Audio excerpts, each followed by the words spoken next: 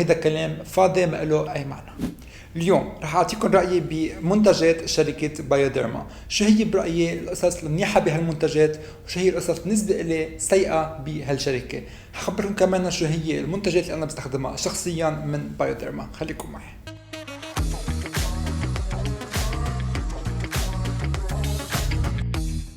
إذا هيدي أول مرة بتحضروني، أنا جوزيف، أنتو على سكين فيتس. سكين فيتس هي قناة بنحكي فيها عن عناية البشرة والعناية بالنفس، فأكيد اشتركوا بالقناة وكمان اكبسوا على الجرس تعرفوا عن كل فيديو جديد أول ما ينزل. شركة بايوديرما ما بدها كتير تعريف، كتير منا سمعانين فيها. هي شركة فرنسية بنلاقيها أكتر شي بالصيدليات، وعندها أكتر من منتج لأكتر من حالة للبشرة. منتجات بايوديرما منن معقدين وكلهم بيكونوا بسيطين، ومن اكثر المنتجات المشهوره هو مية المسلر من بايوديرما.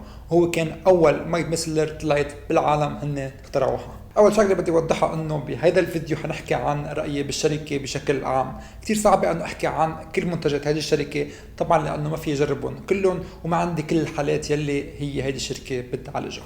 يلي فيي اعمله هو انه اطلع على هيدي الشركه وشوف شو هي مبادئها، وشوف شو هي تركيباتها بشكل عام، شو هي المكونات تكون موجوده بكل منتجاتها بشكل عام، وشو هي القصص يلي بتوعد فيها هيدي الشركه مع كل منتج. اول شيء رح بلش بالقصص الجيده بمنتجات بايوديرما، من بعد نحكي عن قصص المش منيحه بالنسبه لي عن شركه بايوديرما، وبعدين بخبركم شو هي المنتجات اللي انا بستخدمها شخصيا من هيدي الشركه. اول شغله هي انه منتجات بايوديرما هي قليله بالعطور او خاليه من العطور بعد منتجاتها، وهيدا الشيء كتير مناسب اذا عم نحكي عن شخص عنده بشره فيها مشاكل. اذا عنده بشره فيها حساسيه لازم يختار منتجات تكون خاليه من العطور او فيها نسبه قليله من العطور، فهيدا الشيء كتير مهم لمنتج بيكون بالصيدليه. تاني شغله منيحه بمنتجات بايوديرما هي طريقه التعليب. حتشوفوا انه اكثريه منتجاتهم بيجوا بعلب بتكون مسكره ما يفوت عليها ضوء، وهذا الشيء كثير منيح. بس تكون عندنا مكونات بتكون فعاله، مكونات معه تاثر بالضوء معه تاثر بالهواء، فبس تكون المنتجات مسكره وما بنحط اصبعنا فيها، هذا الشيء بيعني انه حتكون امنه اكثر وحتضل معنا اكثر. هيدا الشيء ما بيعني انه بس يكون في منتجات قنينتها شفافة ما بتكون جيدة. حسب شو هو المنتج، شو في مكونات بيختاروا اذا حطوه بقنينة شفافة او بتكون مسكرة مثل هيدي. كما انه بس تكون العلبة مسكرة بتضمن لي انه بس استخدم هيدا المنتج ما عم فوت الهواء عليه، ما عم فوت البكتيريا عليه، عم بحطه على ايدي ودغري على وجهي من دون ما فوت اصبعي جواته وفوت بكتيريا من ايدي على المنتج يلي معقول يغير بتركيبته. مع انه دائما بيكون في مواد حافظه بكل هالمنتجات تحفظ هالمنتجات. وبنفس المعنى ما بيعني اذا منتج منه معلب بهيدي الطريقه انه هو سيء. هيدي بس درجه زياده نحمي هيدا المنتج، هي درجه حمايه زياده. النقطه الثالثه نحكي عنها هي تركيبه منتجات بايوديرما. مثل ما قلنا هي بسيطه واكثريتها بتحتوي على مكونات تجذب المي على البشره وبترطبها وبتحافظ عليها. حتشوفوا انه بالنسبه للترطيب منتجات بايوديرما بتحتوي على كثير مكونات بترطب البشره، فهذا الشيء كثير مناسب لاي شخص عنده بشره جافه او حساسه لحتى يرجع رطوبه على بشرته. حتى لو شخص عنده بشره بتكون ناقصها رطوبه، حتى لو كانت دهنيه، في يستخدم منتجات بايوديرما. اذا تركيبه منتجات بايوديرما بشكل عام انه هي بتكون مرطبه للبشره ومنا ثقيله على البشره، منا سميك، ما بتحسوا انه عم تسد المسام، ما بتحسوا انه ما عم فيكم تتنفسوا حتى لو عندكم بشره دهنيه. فاي حدا اي نوع بشره في يستخدم هالمنتجات. شغله ثانيه بنلاحظها بمنتجات بايوديرما انه بتحتوي على كثير ايمولينز. هالايمولينز هي مجموعه مكونات وظيفتها انه تسكر على الرطوبه على البشره لحتى ما تهرب الرطوبه، لحتى ما تنشف البشره، بتحافظ على كل شيء رطوبه جواتها لحتى ما تتبخر. كما انه في مكون ملحوظ باكثريه منتجات بايوديرما وهو الفيتامين اي اللي هو مضاد للاكسده. هيدا المكون هو بيرطب البشره وبيصلحها وهو كثير مفيد. مكونات ثانيه بنلاقيها بمنتجات بايوديرما هي الالنتوين والكيوكمبر اللي هو الخيار. هودي الاثنين بيقدروا انه يصلحوا البشره. فاذا بالنسبه للبشره اهم شيء بمنتجات بايوديرما انه هي بتروق البشره وبتخليها تصير ناعمه وبتقدر انه تصلحها. وهلا الفقره اللي كلكم ناطرينها طبعا، وهي شو هي بالنسبه لي القصص السيئه بمنتجات بايوديرما. عرفوا انه هيدا رايي الشخصي، اذا انتم بتحبوا هالمنتجات كملوا عليهم، هيدا بس انا برايي شو هي القصص اللي ما بحبها بهيدي الشركه. اول مشكله بمنتجات بايوديرما بالنسبه لي هي كثره المنتجات. في عندهم كميه هائله من المنتجات وبعرف انه هن هدفهم انه يلاقوا منتج لكل شخص حسب مشكلة بشرته، بس في كمية هائلة بتضيع الواحد. مثلا اذا عندي بشرة دهنية حلاقي في منتج خاص للحبوب، في منتج خاص للمسام، ومنتج خاص للافرازات الدهنية. ليه ما عندي منتج واحد بصلح كل هالمشاكل بيقدر يساعدني انه احل هالمشكله؟ ليه بدي اشتري منتج لكل واحد من هالمشاكل؟ وحتى بالنسبه للمرطب عن شركه بايوديرما حتلاقوا انه في اكثر من نوع لكل نوع بشره، واذا بتقارنوا هالمنتجات بتلاقوا انه كثير هن بيشبهوا بعض. فاذا هذا الشيء ما عم بيساعد اكثر ما هو عم بيعمل مشاكل، عم بيضيع الواحد شو يشتري. وعدا انه في كثير منتجات اللي بضايقني كمان انه الاسم بيختلف بين بلد وبلد، وحتى التركيبه بتختلف ايام بين بلد والثاني، وهذا الشيء كثير بضايق ايام بس جربنا نعمل بحث عن منتج معين وكل بلد عنده اسم مختلف عن بلد ثاني. مثلا مجموعه سنسيبيو اسمها كريلين بغير بلاد، فهذا الشيء بيزعجني بس اعمل بحث عن منتج معين اعرف شو راي اشخاص ثانيه عن هذا المنتج، بس يكون بلد ثاني عنده غير اسم ويمكن تركيبه ثانيه. هذا الشيء حيكون صعب علي كانسان عم يجرب يشتري ويشوف راي اشخاص ثانيه بس عم بيكون في اسماء مختلفة لنفس المنتج. شغلة ثانية معقول تضايق بعض الاشخاص هي انه بعض منتجات بايوديرما بتحتوي على الكحول يلي معه نشف البشرة، وهذا الشيء انا شخصيا بضايقني ايام بمنتجات بس يكون فيها كحول، بحس انه ما في لزوم نستخدم هيدا المنتج، هيدا المكون بهالمنتجات. بعرف انه الكحول بيكون عنده وظيفة بالتركيبات، بيقدر انه يساعد هالتركيبة انه تكون احسن على البشرة، بيساعد انه تمتص البشرة احسن، بس بنفس الوقت انا بحس انه الكحول بالمنتجات بضايق لي بشرتي. ويلي بضايقني لما يكون الكحول بهالمكونات بنسبة اعلى من مكونات مفروض انه تفيدني، فليه بدي اعرض بشرتي لنسبة الكحول العالية اذا انا بدي استفيد اكثر من مكونات ثانية بتفيد بشرتي. هلا حوصلكم لاكبر مشكلة عندي اياها مع شركة بايوديرما، وهي انه مع انه عندهم منتجات حماية من الشمس، عندهم واقي شمس اكثر من نوع، بنفس الوقت في عندهم منتجات بتشجع التانينج بأي نوع هو منه آمن. أي شيء عم بيعرض بشرتي للشمس لحتى يغير لونها هو عم بيعمل ضرر لبشرتي، تغيير لون بشرتي هو معناتها أنه عم تتأذى بشرتي. لما الشركات يخلقوا وهم انه في شيء اسمه تانينج امن لحتى ما نضر بشرتنا بدون ما نحرق بشرتنا، هيدا الشيء كتير بخوفني عن هيدي الشركه وشو هي مبادئها. حتى من التعابير كاتبينها على المنتجات اللي هي للتانينج انه بتقوي مناعه البشره للشمس، وهيدا كلام فاضي ما له اي معنى. يلي بتابع قناتي لوقت طويل بيعرف انه انا بحكي عن استخدام الواقي الشمس قد ايه هو مهم تنحمي بشرتنا من التصبغات، تنحميها من السرطان، تنحميها من التجاعيد. بدنا نعرف انه استخدام واقي الشمس هو اساسي، والتانينج هو شيء ما له عازة ابدا.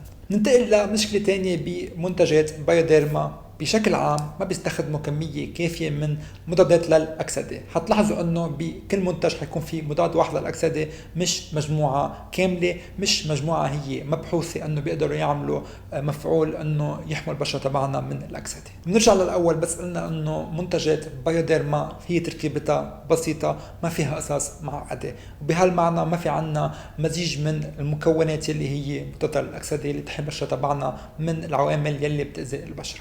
وحتى لما بايوديرما بيستخدموا مزيج من مكونات مضادة للأكسدة مثل بمجموعة سنسيبيو، ما بيستخدموا أفضل أنواع في وراها دراسات علمية، بيستخدموا مكونات هن بيحبوها بمنتجات. رح نحكي عن هذا الشيء هلأ بهذه الفقرة التالية. إذا بتجربوا تقروا عن أي منتج من بايوديرما، بالعادة ما بيحكوا عن مكونات كلنا بنعرفها، بيحكوا عن تركيبات هن طالعين فيها تحتوي على مكونات مختلفة، فما بيركزوا أكثر على مكونات كلنا نعرفها في وراها دراسات، بيركزوا أكثر على تركيبات هن عاملين دراسات وراها وحافظين البيتنت تبعها. يعني الشيء بيعني انه ما حدا تاني في يخلق نفس التركيبة غير بايوديرما. شو يعني كلمة بيتنت؟ بيتنت تعني انه بايوديرما عندها الحق لهالتركيبة وما حدا تاني بيقدر يعمل تركيبة نفسها، وهي تكون عاملة دراسات وراها ومفرجيه شو هي التركيبة بالضبط. هيدا الشيء بيحمي هيدي التركيبة لحتى ما حدا تاني يقلدها. بس هيدا الشيء ما بيعني انه هيدي التركيبة هي فعالة. في انا اليوم اعمل تركيبة واخذ وراها بيتنت وما يكون عندها فعالية مهمة، المهم ما حدا تاني في يقلد هيدي التركيبة نفسها. وحتى ايام ما بيكون عندهم في تركيبة خاصة لهم، بيكونوا عم بيستخدموا مكون كلنا بنعرفه مثل النياسيناميد، بدل ما يقولوا انه هيدا المنتج فيه نياسيناميد وكلنا بنعرف شو هو النياسيناميد وشو فوائده على البشرة، كيف يخفف منظر المسام وكيف بيرجلج افرازات دهنية، لا بسموه الفيتامين بي حتى كلنا نضيع وما نعرف شو عم نستخدم. طبعا استراتيجية بايوديرما هي انه لحتى ما اعرف انا اليوم انه بهيدا المنتج فيه عندي نياسيناميد، في اشتري منتج تاني فيه نياسيناميد. هيدا الشيء بيعملوا لحتى افكر انه الفيتامين بي هو يلي انا حبيته عطي نتيجه حلوه، فلازم ضلني مع بايوديرما مع الفيتامين بي تبعهم يلي فعليا هو منه هالشيء الغريب يلي ما حدا سمعان فيه قبل. النياسيناميد موجود بكل المنتجات بالسوق. بنصحكم هلا تروحوا تشوفوا شو عندكم منتجات بالبيت وتشوفوا اذا في نياسيناميد بهالمنتجات، وحتلاحظوا انه المنتجات اللي فيها نياسيناميد هي المفضله عندكم. اما اخر مشكله هي منا مشكله بالذات لانه في كثير شركات بيعملوها، هي لما يعرضوا انه في منتج معين بيكون حاله لمشكله معينه، لازم نعرف انه وهالمنتجات هي بتساعد بهالحالات منا حل لها. بنصحكم دائما لما تشتروا اي منتج تشوفوا شو هو الوعد من استخدام هيدا المنتج. اذا كان وعد خيالي اعرفوا انه مش معقول منتج يعطي هيدا الوعد خيالي، مش معقول يتخلص من الورديه مثلا. فينا نروق الورديه، فينا نحمي حالنا من الورديه باستخدام غسول بيكون لطيف، بس ما في اليوم استخدم منتج بيوعدني انه حيتخلص من الورديه. حتلاحظوا انه بايوديرما بتقول كلمه الابتكار باكثريه منتجاتها، بتوعد انه كل واحد من هالمنتجات هو ابتكار، بس بالحقيقه الابتكار الوحيد اللي عندها هي بايوديرما هو مية المسلر. مثل ما قلنا هي اول شركه بتعمل مية المسلر، وهي عندها هذا المنتج يلي هو من منتجاتي المفضله طبعا. وهيك بننتقل لمنتجاتي المفضله من بايوديرما. ومثل ما قلنا هيدا اولهم مية المسلر من بايوديرما، بستخدمها على قطني بتنظف الوجه بطريقه كثير حلوه. انا بستخدمها الصبح لحتى بس اوعى الصبح شيل كل شيء اوساخ عن بشرتي. هيدا الغسول هو بيعتبر كثير لطيف على البشره، بيقدر يشيل كل شيء اوساخ عن البشره من دون ما ينشفها. وهيدا الشيء كثير منيح الصبح، بس ما بدي غسل الوجه بطريقه عنيفه، بدي بس شيل كل شيء حطيته على بشرتي من الليله اللي قبلها، بدي شيل كل شيء زيوت طلعت لي بالليل، بستعمل بس هيدا على قطني بدها على البشره وبتخلص منها وبرجع بغسل بشرتي من بعدها. طبعا بايوديرما عندهم اكثر من مية المسلر، مع انه ما في فرق كتير بيناتهم. هيدا اللون الزهر هو خالي من العطور، بنصحكم فيه لانه ما في ريحه بشعه باي حاله. ثاني منتج بحبه كتير هو الغسول من بايوديرما، هو الغسول الزهر يلي كمان مجموعه سنسيبيو. هو عباره عن جل لطيف على البشره، ما بنشف البشره، بستخدمه هيدا باخر النهار لحتى اشيل كل شيء اوساخ عن بشرتي. ففينا بالليل اذا بدنا نستخدم اول شيء مية المسلر نشيل كل شيء ميك اب، نشيل كل شيء واقي الشمس عن البشره، وبتخلص منهم كل يوم باستخدام هيدا كخطوه ثانيه. هيك بيستخدموا مع بعض. الصبح بستخدم بس هيدا انا. البي اتش تبع هيدا الغسول هو تقريبا 5، يلي بخليه تقريبا مثل حموضه البشره، وهيدا الشيء بيقدر انه يحمي لي بشرتي من انه تتحسس، بخليها دائما تكون رايقه وما تتضايق بس نغسل بس نستخدم غسول. اما ثالث منتج بحبه من بايوديرما هو من مجموعه سيبيوم يلي اسمه جلوبال. هيدا عباره عن جل خفيف على البشره، بقدر انه يحمي بشرتي من الحبوب. اذا عندي رؤوس سوداء بقدر انه يخفف هالرؤوس السوداء، بنظف المسام من جوا وبقشرها. مثل منتجات بايوديرما الثانيه، هيدا المنتج كتير خفيف على البشره، منه سميك كتير، بيروق البشره ويبردها، وبنفس الوقت في نسبه عطور قليله، منها مزعجه بس في عطور. العطور هي منا مشكله لمعظم العالم، بس انا شخصيا بحسها بس تكون قويه على البشره بتضايقني، واللي عنده بشره حساسه لازم يبعد عنها لانه معود تحسس البشره تبعوله. فاذا عندكم بشره حساسه اختاروا منتجات من مجموعه سنسيبيو صح. العطور لمعظم العالم منا مشكله، بس اللي عنده بشره حساسه لازم يبعد عن العطور لانه معود تحسس بشرته. فمجموعه سنسيبيو هي مناسبه لكم. هيدي المنتجات اللي بحبها انا حاليا نجربها من بايوديرما. يمكن بالمستقبل عندي منتجات تانية بحبها من هيدي الشركه.